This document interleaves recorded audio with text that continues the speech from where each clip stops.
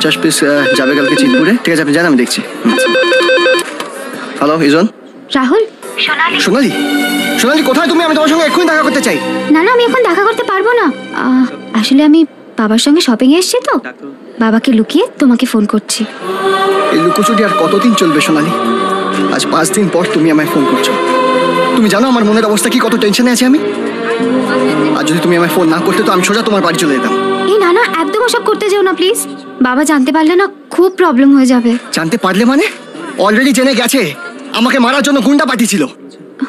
হে ভগবান। আচ্ছা তুমি বলো, অফিসের ব্যাপারে যদি কোনো ফোন করতে হয় তো আমি কি করবো? তোমার বাড়িতেই করবো। রাহুল, তুমি না আমার বাড়িতে আর ফোন করো না প্লিজ। আমি আমার একটা বন্ধুর নাম্বার দিচ্ছি, ওর নাম প্রিয়া।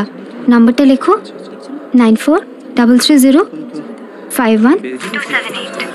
খুব দরকার থাকলে তবেই ফোন করো প্লিজ। দরকার আছে এক্ষুনি। সোনালি, আমি তোমার থেকে একটা সত্যি কথা জানতে চাই। তুমি কি আমায় ভালোবাসো? বলো সোনালি। আমি জানি তুমি আমায় ভালোবাসো, কিন্তু তবু একবার আমি তোমার মুখের থেকে শুনতে চাই।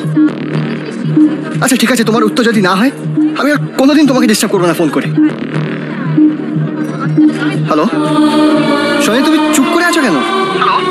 আরে আচ্ছা আচ্ছা আচ্ছা আচ্ছা, নিশ্চয়ই তোমার ওই গাম্বাট বাবাটা এসে গেছে পাশে।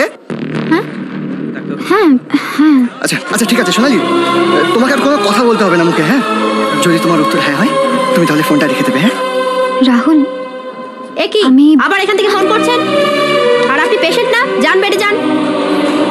হ্যালো সোনালি।